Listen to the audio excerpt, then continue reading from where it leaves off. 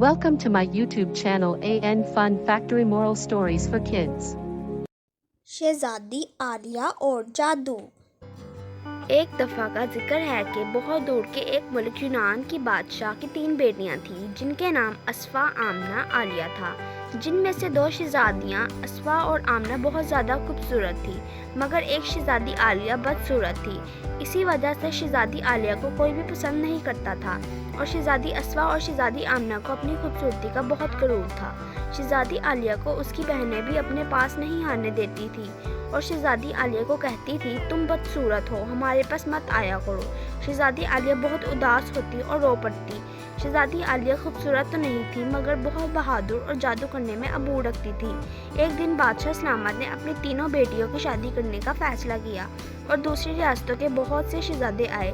شہزادوں نے بھی خوبصورت شہزادیوں کو پسند کیا مگر شہزادی عالیہ کو کسی نے بھی پسند نہیں کیا اور بادشاہ بھی اپنی بیٹی کی بدصورتی کی وجہ سے شہزادی عالیہ کو پسند نہیں کرتا تھا۔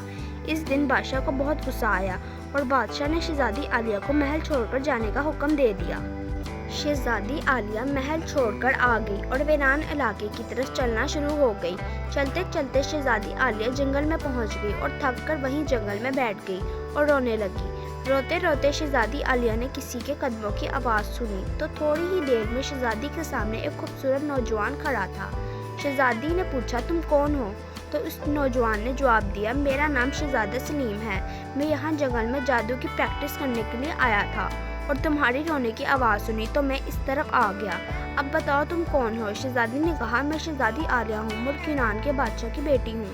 تو شہزادی عالیہ کی بات سن کر ہنسنے لگا، کیا میں تمہارے بے وقوف لگتا ہوں؟ شہزادے نے کہا تم بالکل بھی شہزادی نہیں لگ رہی ہو اور تمہاری حالت دیکھ کر میں کہہ سکتا ہوں تم نے 1-2 دن سے کھانا بھی نہیں کھایا ہوگا، تم شہزادی ہو ہی نہیں سکتی۔ تو شہزادی عالیہ رونے لگی اور شہزادے کو اپنا سارا واقعہ سنا دیا۔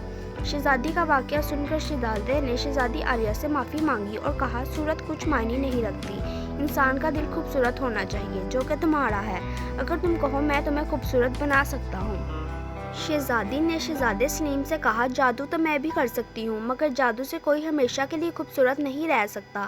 تو شہزادے نے کہا نہیں، ایسا نہیں ہے، جس کا دل خوبصورت ہوتا ہے میں اپنے جادو سے اسے اس کے دل جتنا خوبصورت بنا سکتا ہوں۔ اور شہزادے نے شہزادی عالیہ پر جادو کرنا شروع کیا اور کچھ ہی دیر میں شہزادی عالیہ بہت ہی زیادہ خوبصورت نظر آنے لگی۔ شہزادی کے حسن کے نور سے جنگل بھی روشن ہو رہا تھا اور شہزادہ سلیم خود بھی شہزادی عالیہ کو دیکھ کر حیران رہ گیا اور کہا شہزادی آپ بہت ہی خوبصورت نظر آ رہی ہو، آپ کا دل بہت ہی اچھا اور خوبصورت ہے، اسی وجہ سے آپ اتنی خوبصورت نظر آ رہی ہیں، کاش سب نے آپ کا دل دیکھا ہوتا۔ ظاہری خوبصورتی کچھ نہیں ہوتی، آپ فکر نہ کرنا، جب تک آپ زندہ ہو اسی طرح خوبصورت ہی نظر آئیں گی۔ شہزادہ شہزادی کا پانی کے تالاب کی طرف لے گیا اور شہزادی کو تالاب میں اس کا عکس دکھایا۔ شہزادی اپنے آپ کو دیکھ کر بہت ہی خوش ہو رہی تھی تو شہزادے نے کہا میرے ساتھ چلو، میں تمہیں گھر لے چلتا ہوں۔ شہزادی نے کہا ابا حضور نے مجھے محل سے نکال جانے کا حکم دے دیا ہے۔ شہزادے نے کہا تم فکر نہ کرو، اب تم میری ملکہ بن کر جاؤ گی۔ میں ایک بار ان سب کو تمہاری خوبصورتی دکھانا چاہتا ہوں تاکہ ان کو بھی پتہ چلے ظاہری خوبصورتی کچھ نہیں ہوتی۔ تو شہزادے نے ایسا ہی کیا، پہلے شہزادی عالیہ سے شادی کی اور پھر اسی محل میں شہزادی عالیہ کو لے کر گیا۔